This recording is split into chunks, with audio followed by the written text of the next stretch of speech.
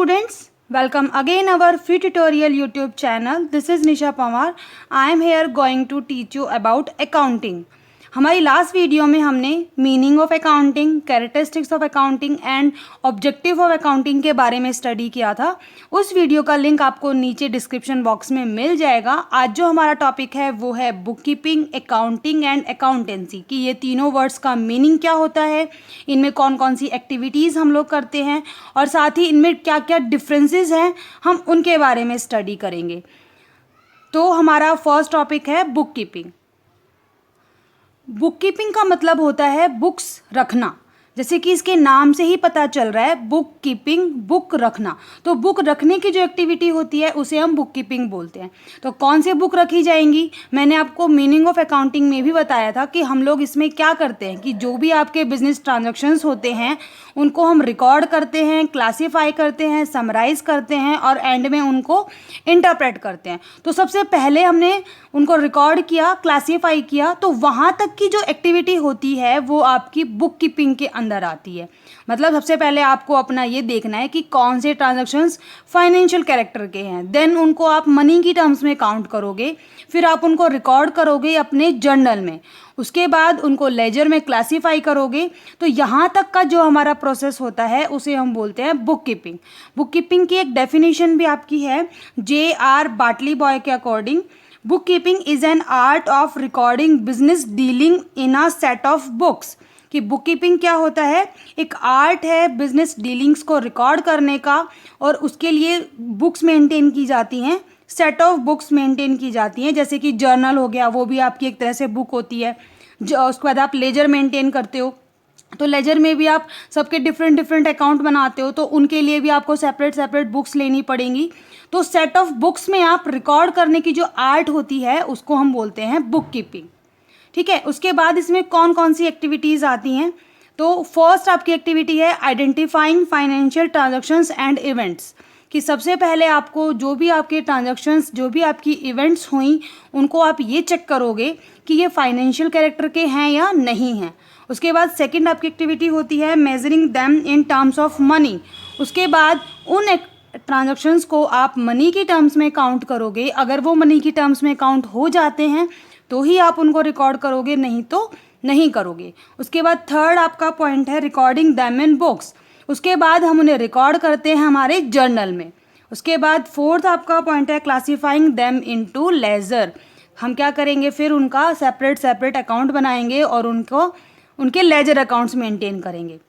And student, एक चीज़ और, आप लोग जब अकाउंटेंसी के बारे में स्टडी कर रहे हो तो आपको प्रैक्टिकल के साथ साथ अपने थ्योरी पे भी फोकस करना पड़ेगा, बिकॉज इसकी थ्योरी भी बहुत इंपॉर्टेंट होती है और इसको प्रेजेंट करने का तरीका भी आपको सीखना पड़ेगा। तो जैसे कि अगर आपको डेफिनेशंस वगैरह लिखनी होती हैं तो उनको आप प्रॉपर इन्वर्टेड कॉमाज में लिखोगे, और आपको राइटर का नेम एंड अगर डेफिनेशन वर्ड टू वर्ड अगर लर्न है तो भी आप उसको ऐसे लिखो। अगर आपको वर्ड टू वर्ड लर्न नहीं है तो आप किसी भी राइटर का नाम उसमें मत डालना और ना ही उसे इन्वर्टेड कॉमाज में लिखना। फिर आप सिंपल अपने वर्ड्स में कोई भी डेफिनेशन डाल सकते हो। ठीक है, अगर आपको प्रॉपर तरीके से लर्न है तो ही आप उसको इस तरीके से लिखोगे, नहीं तो आप अपना सिंपल अपने वर्ड्स में लिख सकते हो।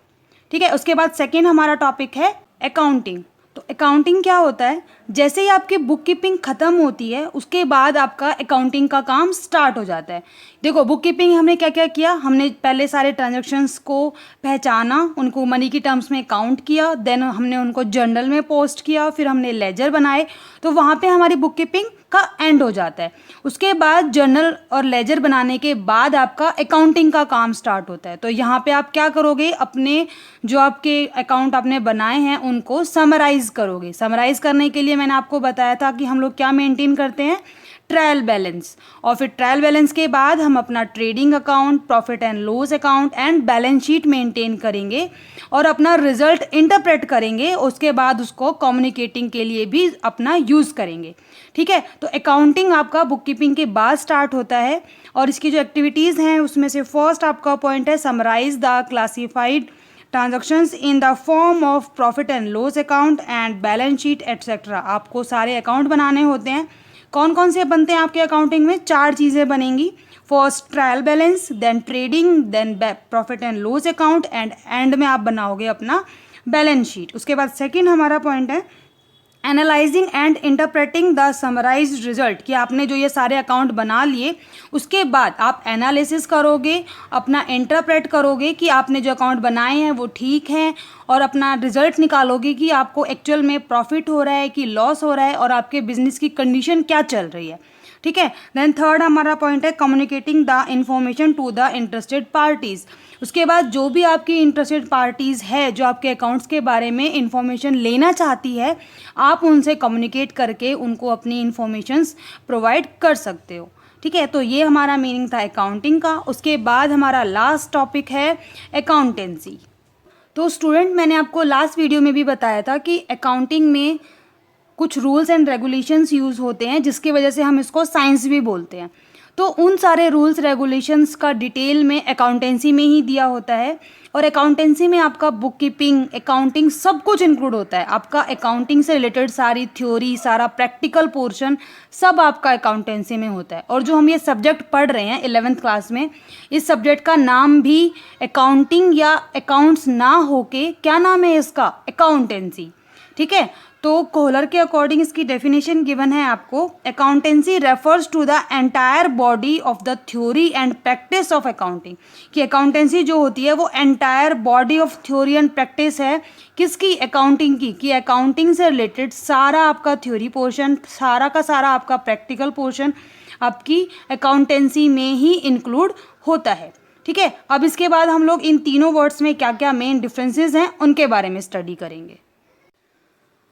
Now student, difference between book keeping and accounting. तो बुक कीपिंग और अकाउंटिंग के बीच में डिफ्रेंशिएट करने से पहले मैं आपको एक पॉइंट एक्सप्लेन कर देती हूँ जो आपके एग्ज़ाम के पॉइंट ऑफ व्यू से बहुत इंपॉर्टेंट है। अगर आपको एग्ज़ाम्स में किन्हीं भी दो टॉपिक्स के बीच में डिफ्रेंशिएट करने के लिए बोला जाए तो आपको उनके डिफ्रेंशिएट करते टाइम उनके बेसिस डालने ज़रूरी होते हैं कि किस बेस पे आप उन दोनों टॉपिक्स को डिफ्रेंशिएट कर रहे हो। मतलब कि अगर आपको लिखते टाइम 3 कॉलम्स बनाने पड़ेंगे। अगर आप दो चीज़ों के बीच में डिफ्रेंशिएट कर रहे हो तो फर्स्ट कॉलम में आप बेसिस डालोगे कि किस बेस पे आप डिफ्रेंशिएट कर रहे हो, और बाकी दोनों कॉलम्स में आप उन टॉपिक्स को एक्सप्लेन करोगे कि इस बेसिस के आधार पे इनमें ये डिफरेंसेस हैं। तो मैंने यहाँ पे आपके बेसिस के पॉइंट्स लिखे हैं, मैं उनको एक्सप्लेन कर रही हूँ। फर्स्ट आपका पॉइंट है स्कोप।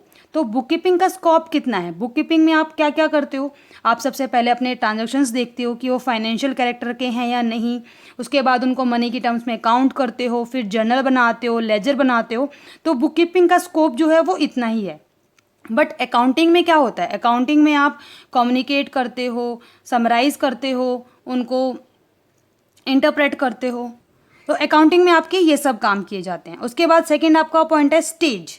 तो जो बुक कीपिंग होती है वो आपकी प्राइमरी स्टेज है, एंड जो अकाउंटिंग है वो आपकी सेकेंडरी स्टेज है। उसके बाद थर्ड आपका पॉइंट है ऑब्जेक्टिव।